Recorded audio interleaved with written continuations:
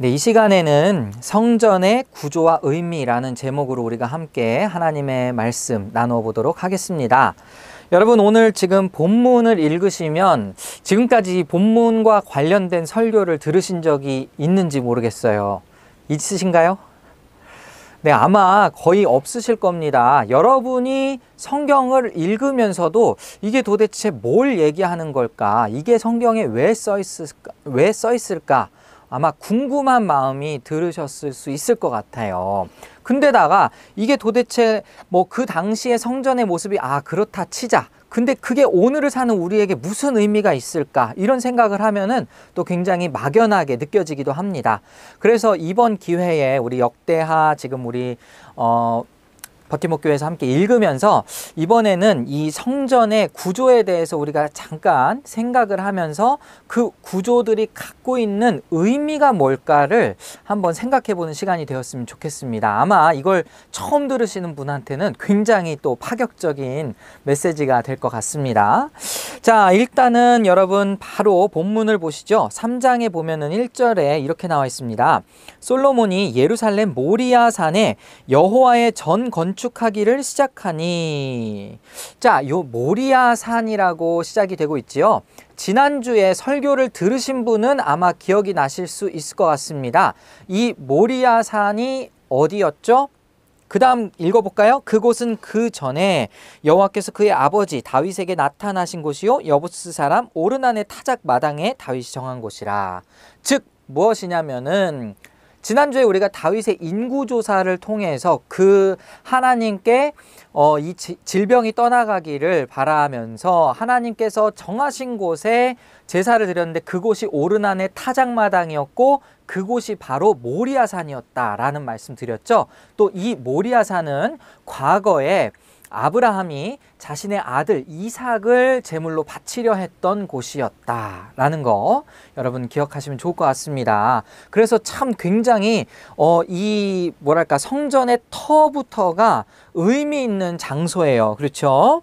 자, 그리고 2절과 3절은 2절은 그냥 솔로몬이 그때에 이제 건축을 시작했다라는 내용이 등장하고 본격적으로 3절부터 한번 잠깐 보시겠습니다. 솔로몬이 하나님의 전을 위하여 놓은 지대는 이러하니 옛날에 쓰던 자로 길이가 60규빗이요 너비가 20규빗이며 하면서 이제 규빗이라는 단위가 등장하죠. 그 당시에 쓰이던 단위인데 이 단위는 어떻게 생각하시면 되냐면 여러분 기억하기 쉽게 말씀드리면 이 손가락 끝에서부터 팔꿈치까지 그 길이입니다. 그럼 사람마다 좀 물론 다르겠죠?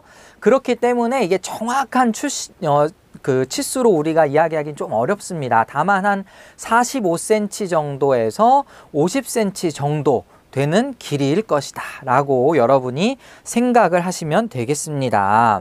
그래서 지금 뭐 제가 이 그 치수를 정확하게 해서 여러분께 말씀드리기보다는요, 일단은 그런 구조로 돼 있다. 계속해서 읽어드리면 그 성전 안에는 낭실의 길이가 성전의 너비와 같이 20규빗이요 높이가 120규빗이니 그 안에는 순금으로 입혔으며 하면서 이 성전 전체의 규모에 대해서 잠시 이야기를 하고 있지요. 그래서 여러분 이제 제가 PPT를 좀 준비했는데 한번 그림을 보겠습니다. 첫 번째 그림 지금 제가 여러분께 보여드리고 있죠. 네, 지금 이 자리에 있는 찬양팀은 제가 따로 카톡으로 보낸 그 그림을 보시면 되겠습니다. 지금 이 규모가 어느 정도인지를 가늠하기 위해서 제가 그림을 지금 여러분께 보여드리고 있는 거예요. 가장 중요한 장소는 아무래도 그 내부에 있는 지성소가 되겠죠. 그리고 2번을 보니까 그룹들이라고 돼 있는데 이거는 제가 조금 이따가 다음 그림을 보여드릴 건데요. 일단 두 큰 천사다 이렇게 생각하시면 돼요. 그룹은 천사입니다. 그룹, 케룹. 그리고 이 히브리어로 케룹이라고 하는 이 그룹이 이제 복수가 되면은 케루빔이라고도 이야기를 하고요. 네, 아무튼지 그리고 그 안에 이 지성소의 안에 지금 3번이 약간 흐리게 나와 있는데 언약궤가 있죠.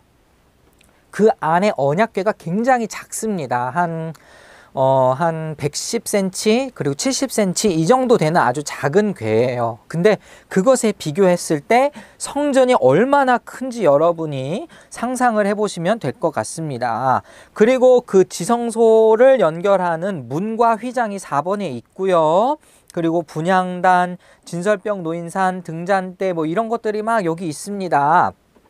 자, 그런데 우리가 한번 곰곰이 생각해야 될 부분이 바로 지성소에 대한 부분일 거예요. 그래서 이 지성소는 조금 이따가도 한번 말씀드리겠지만 다음 그림을 한번 또 보여드리겠습니다. 자, 다음 그림 보니까 그 제사장이 서 있죠. 네, 제사장이 서 있는데 그룹이 하나가 여러분 보이시죠? 이게 지금 약간 사람 같진 않고 우리가 생각했을 때 그룹은 천사다라고 생각하다 보니까 오늘날 우리가 상상하는 천사는 어떤 천사입니까? 막 그 되게 예쁜 여신 같은 그런 모습으로 날개 2개 달린 그런 천사를 연상하잖아요. 그런데 이 모습은 전혀 다릅니다. 지금 여기 보시면은 날개도 있고 근데 4개의 발이 있고 약간 그 짐승 같은 네, 그런 모습을 가지고 있어요. 이거는 제가 나중에 또 한번 설명을 드릴 건데 지금 날개와 날개가 맞닿아 있는 그림 여러분 보이시죠? 네, 그래서 이 전체 그 날개의 길이 그 두 그룹의 날개의 길이의 합이 이 지성소 전체의 길이의 합과 정확하게 일치합니다. 그러니까 그룹의 날개는 이 날개에서 저 날개까지 딱 붙어 있는 거죠. 그리고 지금 정면을 향해서 보고 있습니다. 이게 바로 지금 지성소 내부의 모습이고 지성소로 올라가는 계단이 있고 그리고 그 밑에 보면은 이게 지금 이 그림을 그린 사람이 상상으로 그린 겁니다. 아무도 그림을 모르니까요. 근데 보시면은 그 꽃받침처럼 되어 있고 거기에 촛대가 있습니다. 네. 그 촛대가 10개가 그 앞에 지성소 바로 앞에 배치가 되어 있지요.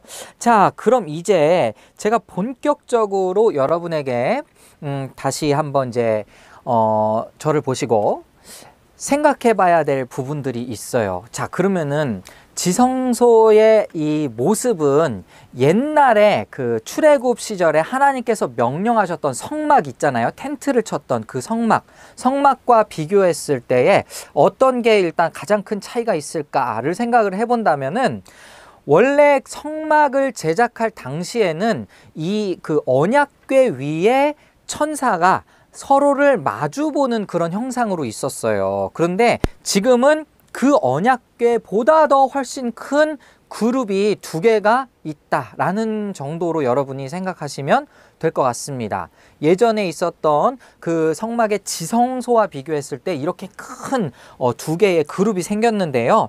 자, 그럼 이제 그 다음부터 이 성전 내부의 그림이 좀 이렇구나라고 대충 상상을 하셨다면 우리가 조금 이제 의문을 갖게 되는 부분은 그 다음부터예요. 한번 보시죠. 자, 일단 4번에 보면 그 4절, 3장 4절에 보면은 일단 모든 걸 다 순금으로 입혔다라고 나오죠. 그리고 5절 보니까 그 대전 천장은 잣나무로 만들고 또 순금으로 입히고 그 위에 종려나무와 사슬 형상을 새겼고라고 써 있습니다. 자, 종려나무는 뭐고 사슬 형상은 무엇일까? 지금 우리가 이 역대하 3장에 나와 있는 묘사는 굉장히 좀 축약되어 있고요. 이걸 더 자세히 알기 위해서는 우리가 같이 또 말씀을 볼 건데 열왕기상 6장과 7장으로 가야 됩니다.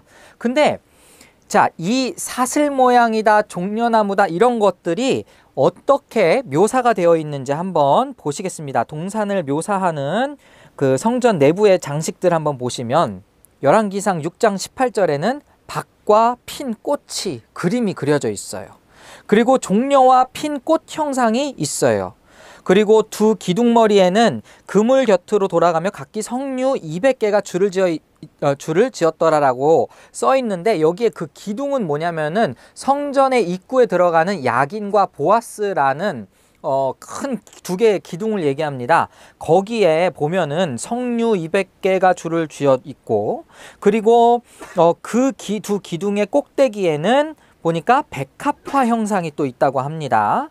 그리고 그 다음에 내소 앞에 좌우로 5씩 둘, 정금 등잔대며 또 금꽃과 등잔과 불집게며, 이것은 아까 그 두 번째 사진에서 봤던 것처럼 그 지성소 바로 앞에 그 꽃받침으로 됐던 등잔대, 여러분 기억나시죠? 네, 그걸 여러분이 생각을 하신다면 이게 조금 더 잘 이해가 가실 수 있을 것 같아요. 근데 지금 보십시오. 자, 여러분 지금 제가 묘사한 이것들이 도대체 뭡니까? 막 꽃도 있고 열매도 있고 나무도 있어요. 어떤 게 연상이 되죠? 마치 동산과도 같다라는 느낌이 들지 않으십니까? 예. 정작 이 성소 내부에 장식된 그 무늬들을 보니까 마치 동산을 연상하고 있다라는 거죠. 자, 그러면은 이 동산은 어디를 이야기하고 있을까요? 여러분, 최초의 성전은 어디일까요? 우리가 하나님께서 명령하여서 짓게 된 최초의 성막이라고 한다면 출애굽 시기에 하나님께서 모세에게 명령하셔서 짓게 된 그 성막이라고 상상하기 쉽지만, 사실 최초의 성전은 바로 에덴 동산입니다. 왜 에덴 동산일까요? 자, 제가 간단하게만 말씀드릴게요. 아담과 하와를 그곳에서 있게 하신 다음에 그들에게 경작하여 지키게 하라라는 구절이 있습니다. 근데 그 경작하다라는 구절, 지키다라는 이 구절은요, 이 성전을 관리하는 제사장들이 일할 때 쓰는 용어예요. 이해하시겠습니까? 우리는 경작하다라고 하면은 에덴 동산에서 막 마치 아담과 하와가 논과 밭을 막 가꿀 것 같잖아요. 그런데 그 의미가 아니라 경작하다라는 그 어원을 살펴보면 이 성전을 관리하고 지키는 역할로서 그 용어를 썼다라는 것이죠. 그렇기 때문에 우리가 그것이 우연이 아닌 다음에야 지금 이 아담이 최초의 제사장이었고 이 에덴 동산이 성전이었구나 라고 생각을 해볼 수 있습니다. 물론 수많은 구절들이, 근거 구절들이 많이 있지만 지금은 시간 관계상 제가 짧게 이렇게 설명을 드릴게요. 자, 그러니까 성전 내부를 장식하는 그 모든 것들이 다 에덴 동산처럼, 동산의 과수원처럼 이 모든 것들이 묘사가 되고 있더라라는 것이죠.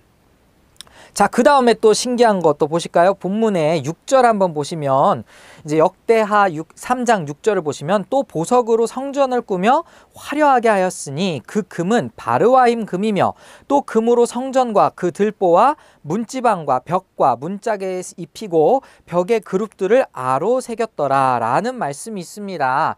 이제 여기 보면은 금도 있지만은 보석으로 성전을 꾸몄다라고 나오죠. 자, 그러면 여러분 이 보석이 또 어떤 보석인지를 한번 생각을 해봐야 돼요. 자, 성전의 보석들을 제가 시간이 없으니까 다 PPT로 찾아놨어요. 여러분 잘 보시기 바랍니다. 성전의 보석들을 보면요, 창세기의 에덴 동산에 똑같이 또 나와 있어요. 그 땅의 금은 순금이요, 그곳에는 베델리엄과 호마노도 있으며. 자, 베델리엄이나 호마노 이런 것은 보석의 한 종류예요. 베델리엄 같은 경우 뭐 진주, 여러분이 그렇게 생각을 하시면 될 것 같습니다. 네, 근데 지금 여기에서 우리가 이 역대하 3장 6절과 7절에는 굉장히 단순하게 나왔지만, 이것을 준비하는 다윗이 어떤 재료를 준비했는가를 보면은 성전의 건축물에 쓰인 재료가 뭔지 알 수 있겠죠? 그래서 역대상 29장 2절을 보시겠습니다. 지금 여기 이 PPT에 맨 밑에 있는 그 구절을 보시면, 내가 이미, 여기서 내가는 다윗이거든요. 내 하나님의 성전을 위하여 힘을 다하여 준비하였나니 곧 기구를 만들 금과 은과 놋과 철과 나무와 또 만호와 가공할 검은 보석과 채석과 다른 모든 보석과 옥돌이 매우 많으며.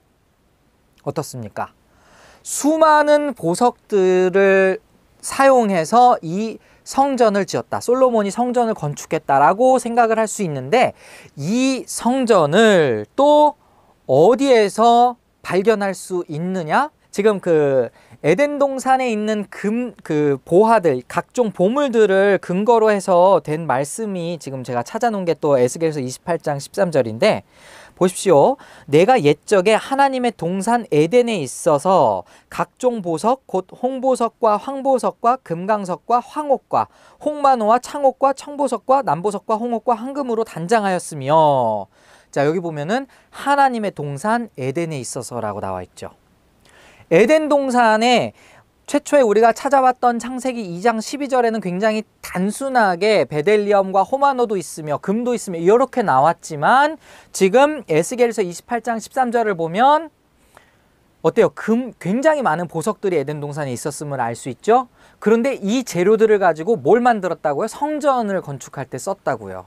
그러니까 지금 성전은 최초의 동산 성전이었던 에덴을 재현을 하고 있다라고 우리가 생각을 해볼 수 있습니다. 그렇죠? 자, 그 다음에 또 여기에 이제 신기한 걸 또 한번 볼게요. 이제 계속해서 본문으로 다시 돌아가신 다음에, 자, 10절 한번 보시겠습니다. 지성소 안에 두 그룹의 형상을 새겨 만들어 금으로 입혔으니 두 그룹의 날개 길이가 모두 20규빗이라 왼쪽 그룹의 한 날개는 5규빗이니 성전벽에 닿았고 그 다른 날개도 5규빗이니 오른쪽 그룹의 날개에 닿았으며 하면서 여기 그룹이 등장해요. 그룹은 제가 아까 설명을 드렸듯이, 자, 성전 그 지성소 전체가 다 똑같이 정육면체로 되어 있습니다. 20규빗씩, 네, 가로 세로 높이가 동일하게 다 20규빗씩으로 되어 있는데, 지금 이 그룹은 날개가 하나당 5규빗이래요. 그러니까 그룹이 두 개의 날개를 갖고 있으니까 10규빗, 10규빗 해서 20규빗. 그래서 우리가 그림으로 살펴봤던 것처럼 날개 전체를 쫙 폈을 때 이 지성소의 끝에서 저 지성소의 끝까지 다 있죠. 굉장히 큰 그룹의 모양이 있습니다. 자, 그러면 이제 그룹은 어떤 역할을 하는가? 그룹은 천사입니다. 우리가 흔히 생각할 수 있는 천사인데요. 그러면은 이 그룹이 도대체 성경에서 어떤 역할을 했을까를 생각해 보면은, 하나님의 보좌 주변에서, 하나님의 보좌 가까이에서 하나님을 모시는 존재들이었고 하나님을 호위하는 그런 존재들이었습니다. 그렇게 생각을 해본다면 지금 이 지성소 내에 가장 안에 뭐가 있어요? 언약궤가 있잖아요. 그 언약궤를 지키고 있는 이 그룹들을 형상화시켰다라고 생각할 수 있죠. 자, 지킨다라는 의미에 있어서 우리가 또 한번 에덴 동산과 한번 연관을 한번 지어 볼까요? 자, PPT를 또 보시면, 자, PPT에 지금 세 번째 그 구절을 한번 보실게요. 창세기에는 이같이 하나님이 그 사람을 쫓아내시고 에덴 동산 동쪽의 그룹들과 두루 도는 불칼을 두어 생명나무의 길을 지키게 하시니라. 지금 여기서 보면은 그룹들의 역할이 뭐냐? 네, 그룹들이 에덴 동산에 함부로 사람들이 들어오지 못하도록 지키는 역할로서 등장을 하지 않습니까? 자, 그러면은 제가 방금 말씀드렸듯이 이 에덴 동산이 최초의 성전이었다면 지금 이스라엘의 이 성전도 마찬가지로 아무나 지성소에 들어가지 못했죠. 심지어 대제사장이 1년에 한 번씩만 들어갈 수 있는 그런, 정말 성소도 거룩한 곳이지만 지성소는 지극히 거룩한 장소예요. 너무나도 거룩한 장소이기 때문에 대제사장도 함부로 그곳에 들어가지 못하고 단 1년에 한 번씩만 들어갈 수 있었습니다. 그곳을 지키는 어떤 그 형상화된 모습이 바로 이 그룹이다. 우리가 생각해 볼 수 있는 것이죠. 자, 또 다른 이야기로 여러분, 성전에서 이 언약궤를 잘못 만지면 어떻게 됩니까? 죽죠. 누가 죽었죠? 웃사가 그 언약궤가 흔들렸을 때에 그냥 하고선 딱 만져가지고 죽었잖아요. 자, 그런데 이것도 똑같습니다. 에덴 동산에서 가장 가운데 있던 게 뭐죠? 생명나무와 선악과가 있죠. 자, 선악과를 만지면 어떻게 됩니까? 물론 그냥 단순히 만지는 것으로 죽진 않지만 선악을 알게 하는 그 나무의 열매를 먹으면 죽게 되죠. 영적으로 하나님과 분리되죠. 그런데 지금 이 성전 안에 있는 언약궤도 똑같은 역할을 함과 동시에 이 언약궤 안에 있는 율법이 무엇을 가져다 줍니까? 선과 악을 알게 하는 도구로서 우리에게 지혜를 가져다 주죠. 그러니까 이것을 함부로 만지면 죽게 되는 것입니다. 굉장히 지금 에덴 동산하고 유사하죠? 자, 그리고 이 그룹의 역할이 또 무엇이 있느냐? 제가 아까 설명 잘못 꺼냈었는데, 자, 그 어전회의, 천상의 회의를 직접 본 사람이 대표적으로 이사야가 있었고 에스겔이 있었다고 해요. 그럼 이사야가 환상 가운데에 하나님의 그 천상의 성전을 보게 되었을 때 그때 묘사되는 그룹이 어떻습니까? 자, 이사야서 6장 1절에서 2절 보시면, 우시야 왕이 죽던 해에 내가 본즉 주께서 높이 들린 보좌에 앉으셨는데 그의 옷자락은 성전에 가득하였고 스랍들이 모시고 섰는데 각기 6날개가 있어 그 둘로는 자기 얼굴을 가렸고 그 둘로는 자기 발을 가렸고 그 둘로는 날며. 그럼 여기에서 지금 하나님의 보좌에 누가 있는 거예요? 스랍이 있는 거죠. 스랍도 마찬가지로 천사입니다. 네, 여러분 뭐 세라핌 뭐 이런 것들 다 천사를 의미해요. 지금 하나님의 어전, 보좌의 근처에 스랍들이 있었다. 그리고 그 다음 또 에스겔서를 가볼까요?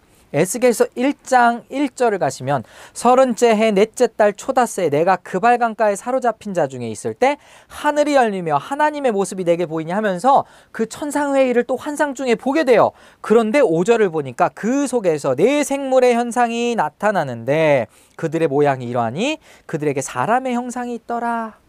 자, 어떻습니까? 여기 보시면은 그 네 생물, 이게 사람은 아니에요. 그런데 짐승과도 같아요. 그래서 이 네 생물이라고 묘사를 되는데 결국에 이게 뭡니까? 그룹인 거죠. 그래서 성전 안에 내부에 있었던 그 모습이 사람과 같은 천사의 모습이라기보다는 이 생물과도 같은 모습으로 갖추고 있는 겁니다. 아시겠죠? 이렇게 보니까 굉장히 공통점이 엄청 많지 않습니까? 네.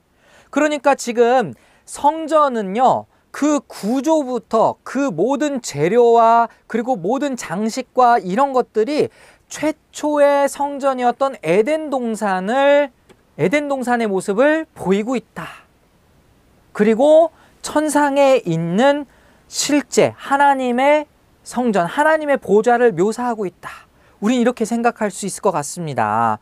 자, 그럼 이제 다시 돌아와서 오늘 본문의 말씀에, 자, 14절 보면 청색, 자색, 홍색 실과 고운 배로 휘장 문을 짓고 그 위에 그룹의 형상을 수놓았더라 라고 되어 있는데요.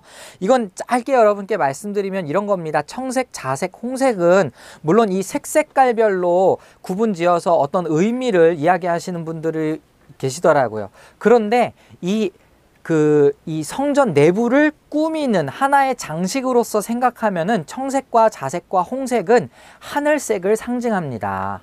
그리고 거기에 어떤 그림이 있어요? 그룹들이 그려져 있죠. 그러니까 하늘에 날아다니는 천사를 묘사하고 있는 것이 바로 이 휘장이구나. 이렇게 생각을 하시면 될 것 같습니다.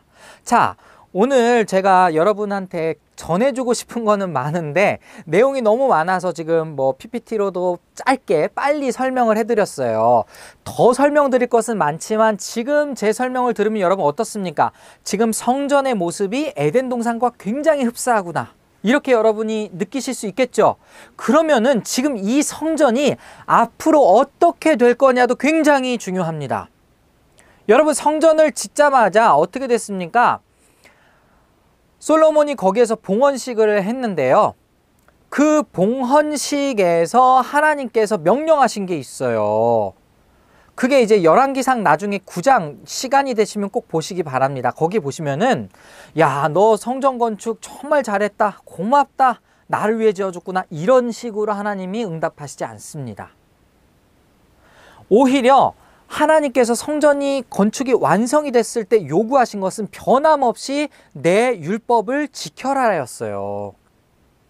근데 그 9장 1절에서 9절까지 말씀을 보면요.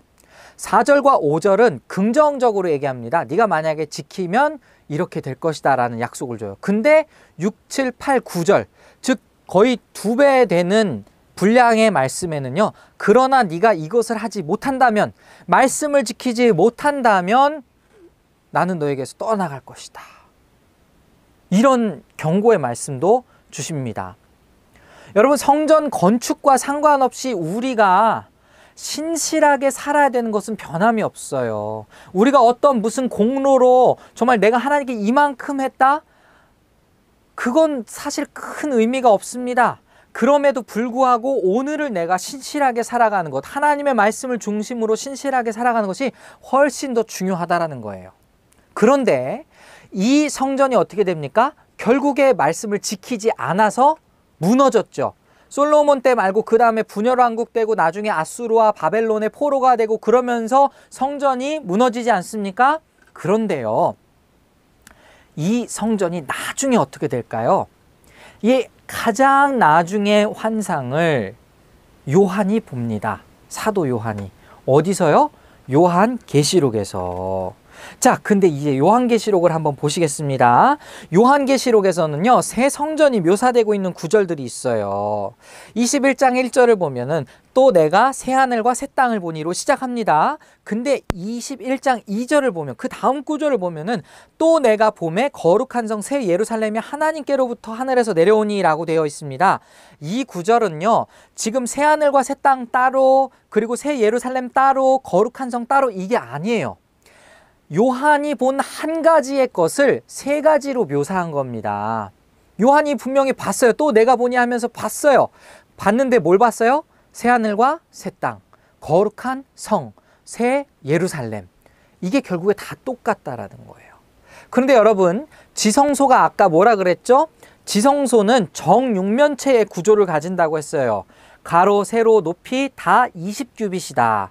그런데 지금 요한계시록에 가시면은 21장 10절에 이런 말씀이 있습니다. 성령으로 나를 데리고 크고 높은 산 안으로 올라가 하나님께로부터 하늘에서 내려오는 거룩한 성 새 예루살렘을 보이시니 하면서 어떤 새로운 성이 하늘에서부터 내려오고 있어요. 그렇죠? 근데 그 성이 어떻게 생겼냐면 21장 16절 보니까 그 성은 네모가 반듯하여 길이와 너비가 같은지라.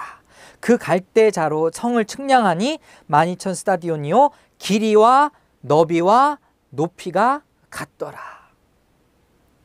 자, 그럼 여러분, 지금 지성소와도 같은 모습을 한 새 성전이 하늘로 오르고 있어요? 아니면 이 땅으로 내려오고 있어요? 내려오고 있죠. 자, 그러니까 여기서 알 수 있는 중요한 진리가 뭐냐면요, 하나님 나라는 가는 것이 아니라 오는 것입니다. 우리가 자꾸 죽으면 천국 가네 이렇게 생각을 하니까 이 땅에서 해야 할 일이 아무것도 없는 것처럼 느껴져요. 그날만을 기다리면서 내가 그냥 죽으면 천국 가리 이렇게 생각을 하지만, 사실 하나님 나라는 가는 게 아니라 오는 겁니다. 하나님 나라는 임하는 거예요. 그걸 지금 요한계시록에서 이야기를 해주고 있는 거죠. 새 성전이 임하고, 그리고 어떻게 됩니까? 모든 것이 다 변화됩니다. 새 하늘과 새 땅으로 변화가 되는 것이죠. 제가 다 읽어드리진 않았지만요, 이 성전이 요한계시록 21장에 묘사된 모습을 봐도요, 거기에 막 수많은 보석들이 있습니다. 그리고 생명나무도 있습니다. 어떻습니까? 에덴에서 보여줬던 성전의 모습과 그것을 묘사한 솔로몬의 성전과 마지막에 임하게 될 성전의 모습이 다 똑같다라는 거예요. 그럼 여러분, 이 성경은 정말 하나님의 말씀이구나라고 인정할 수밖에 없지 않나요? 지금 이 성경은요, 거의 그 연대로 따지면 1600년 정도의 기간 동안에 약 40여 명에 의해서 쓰여진 책입니다. 그런데 그 40여 명이 서로 대화를 나눈 적도 없고 의논해서 만든 책도 아니에요. 그런데 과거 창세기부터 요한계시록까지 말하고 있는 성전의 모습이 다 똑같다라는 거예요. 어떻습니까? 여러분, 이것은 하나님의 말씀이다라고 인정하게 되지 않겠습니까? 하나님의 말씀이에요. 그러니까 우리가 이 하나님의 말씀을 가까이 해야죠. 그런데 이 성전이 임하기 전까지, 지금은 이제 성전이 더 이상 없잖아요, 예루살렘에. 그죠? 물론 유대인들은 제3의 성전 이제 다시 기대하고 있지만, 그 성전은 아직 지어지지도 않았고 존재하지도 않고 존재할 이유도 사실은 없습니다. 왜 그럴까요? 여러분, 이 성전을 이렇게 아름답고 정말 멋있게 그리고 공을 들여서 가꿨지요. 자, 이제는 어디가 성전입니까? 성전이라고 한다면 어떤 곳입니까? 거룩한 곳입니다. 왜 거룩한 곳입니까? 하나님이 계시기 때문에 거룩한 곳입니다. 그럼 지금 하나님은 어디에 계시죠? 성령을 통해서 여러분의 마음 가운데 여러분 안에 거하고 계십니다. 하나님의 성령이 여러분 안에 거하고 계십니다. 그러니까 이제 여러분이 무엇이 되었죠? 성전이 되었죠. 여러분은 이제 이 땅에서 성전으로서 살아가는 겁니다. 성전으로 살아가는데 진짜 임하게 될 하나님 나라의 새 하늘, 새 땅, 새 예루살렘, 새 성전을 바라보며 사는 사람들이에요. 그런데 그 마지막 성전이 또 어떤 모습으로 보일까요? 제가 시간이 많이 지나서 이 구절을 읽고 마치도록 하겠습니다. 요한계시록 21장 22절에 보면은 이런 말씀이 있어요. 제가 읽어드릴게요. 성 안에서 내가 성전을 보지 못하였으니 이는 주 하나님 곧 전능하신 이와 및 어린 양이 그 성전이심이라. 더 이상 눈에 보이는 성전, 가시적인 성전이 없어졌어요. 건물로서의 성전이 없어졌어요. 왜? 어린 양, 하나님이 친히 성전이 되셨기 때문에. 우리가 이 땅에서 성전으로 살아가는 이유가 무엇입니까? 하나님 나라를 이루어가는 사람들이기 때문에. 여러분, 이런 것들이 바로 이 성전에 담겨진 의미입니다. 오늘 마무리 한번 해볼까요? 제가 굉장히 또 오늘 준비한 게 많아서 시간이 좀 많이 지났지만 정리해 드리자면, 여러분, 이 성전을 바로 이해해야 오늘 우리가 어떻게 살아야 하는지 깨달을 수 있습니다. 새하늘과 새 땅, 새 예루살렘을 고대하는 우리는 오늘 성전으로 살아가고 있어요. 그렇게 살아가는 가운데 우리가 그냥 대충 살면 되겠습니까? 하나님 말씀을 의지하며 살아가야겠죠? 아까도 말씀드렸듯이 정말 솔로몬 역시 성전을 지었다 해서 그걸로 끝이 아니라 그럼에도 불구하고 계명을 지키는 자로서 살아야 되는 건 똑같았다라는 것이죠. 다만 우리가 정확히 이것이 바로 하나님의 말씀이구나라는 것을 믿는다면 그 믿음대로 이 땅에서 성전이 되어가면서 거룩하게 살아가고자 해야 하는 것이죠. 여러분, 이 말씀 꼭 기억하면서 내가 정말 그런 하나님께서 친히 우리를 성전으로 세우셨구나, 내가 그런 존재구나, 앞으로 하나님의 나라가 임할 때 이렇게 임하겠구나, 우리 그 하나님을 기대하고 소망하며 사는 여러분 되시기 바랍니다. 이 바이러스와 또 이 모든 환난을 이길 수 있는 유일한 힘은 믿음입니다. 이 땅에서 믿음으로 살아갈 때에 우리가 온전히 이 땅에서 평안을 누리고 승리하게 될 줄 믿습니다.